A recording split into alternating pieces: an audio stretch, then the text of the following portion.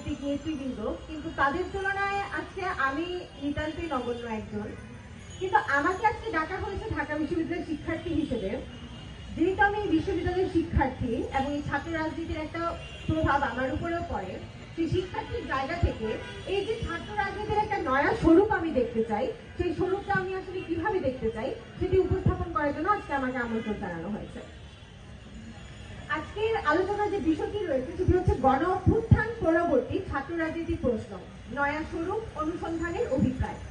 অর্থাৎ আজকের আমাদের আয়োজক এবং প্যানেলিস্ট যারা আছেন তারা এই বিষয়ে অন্তত একমত যে বিগত বছরগুলোতে যে ছাত্র রাজনীতি চলে এসেছে, যে ছাত্র রাজনীতিকে আমরা দেখেছি ফ্যাসিবাদের হাতকে মজবুত করতে ভূমিকা রেখেছে তারা, সেই রাজনীতিতে কিছু পরিবর্তন আনা আবশ্যক এবং সেই পরিবর্তন আনার মাধ্যমে যে নয়া রাজনীতির আমরা অনুসন্ধান করছি, সেই নয়া রাজনীতি কি ধরনের রূপরেখা হতে পারে সেটি হচ্ছে আজকে আমাদের আলোচ্য বিষয়।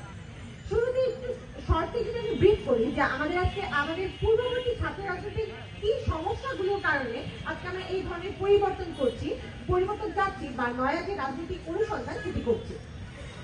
আমি আমার জায়গা থেকে তিনটি মেইন পয়েন্ট এখানে আইডেন্টিফাই করতে চাই। প্রথমত, আমাদের পূর্ব যে ছাত্র রাজনীতিটা ছিল সেটি খুবই একটা সিস্টেমের মতো ছিল, অর্থাৎ এই সিস্টেমে ইন্ডিভিজুয়াল কোনো চয়েস বলতে কিছু ছিল না। এই সিস্টেমটা এমন ছিল যেখানে শিক্ষার্থীদের মৌলিক মানবিক যে অধিকারগুলো আছে সেগুলোর উপর জোর দখল করা হতো, সেগুলোকে ক্যাপিটালাইজ করা হতো এবং সেগুলোকে পলিটিসাইজ করা হতো।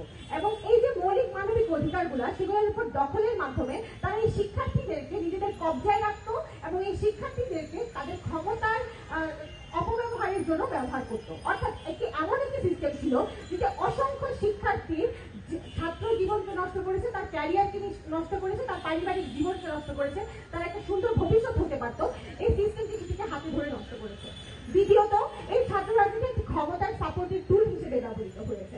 অর্থাৎ মূলধারা যে ছাত্র রাজনীতি আছে সেই রাজনীতির যে এজেন্ডা আছে সেটিকে বাস্তবায়ন করার জন্য এবং বিরোধী দল এবং মতকে দমন করার জন্য এই ছাত্র রাজনীতির যে সংগঠনগুলো আছে সেগুলোকে বিগত সময় ব্যবহার করা হয়েছে। এবং তৃতীয়ত, আমরা দেখেছি এই ছাত্র রাজনীতির যে সংগঠনগুলো আছে সেগুলো শিক্ষার্থীদের মধ্যে কোনো মুক্ত রাজনৈতিক চিন্তা গড়ে উঠতে দেয়নি। অর্থাৎ যে দলের আছে তাকে শুধু সেই দলের এজেন্ডা অনুযায়ী কথা বলতে হয়েছে, তার বাইরে গিয়ে স্বতন্ত্র কোনো অবস্থান সে কখনো জারি করতে পারেনি। যার ফলে আমরা দেখতে পেরেছি গত সময়ে এই ছাত্র সংগঠনগুলো বিশাল পরিমাণে তাদের ফান্ডিং থাকা সত্ত্বেও, তাদের বিশাল লোকবল থাকা সত্ত্বেও তারা আসলে এই ক্যাম্পাসের জন্য বা এই শিক্ষার্থীদের জন্য তারা আসলে শিক্ষার্থী বান্ধব কোনো কাজ করে দিতে পারেনি। তারা কোনো